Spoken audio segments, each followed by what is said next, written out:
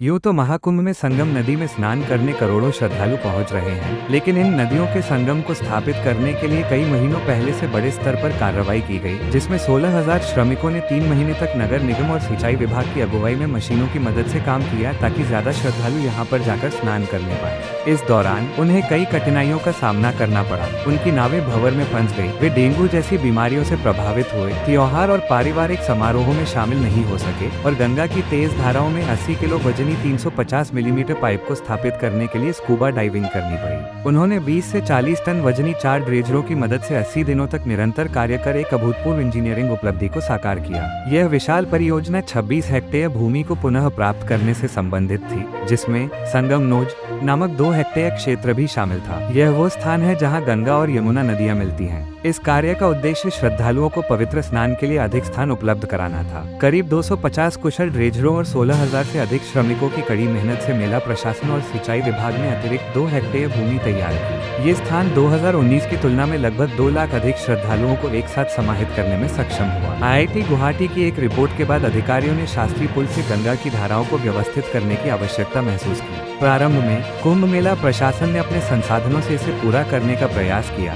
लेकिन जटिलता को देखते हुए कार्य सिंचाई विभाग को सौंप दिया गया। इस कार्य की जटिलता को दर्शाने के लिए इतना कहना पर्याप्त होगा कि 83 दिनों में ड्रेजरों ने गंगा से करीब 7 लाख घन मीटर रेत निकाली, जो 187 ओलंपिक आकार के स्विमिंग पूलों को भरने के लिए पर्याप्त है। इसके साथ ही विभाग ने महाकुंभ के लिए 9 नए घाटों का भी निर्माण किया। ड्रेजरों को गंगा में उतारने के लिए 75 मजदूर, 120 टन क्षमता की एक क्रेन, 14 टन की 3 हाइड्रा क्रेन और एक बैकहो एक्सकेवेटर की बैटरी लगाई गई। इस समर्पण और कठिन परिश्रम के परिणामस्वरूप महाकुंभ की तैयारी के तहत संगम क्षेत्र में एक महत्वपूर्ण उपलब्धि दर्ज हुई।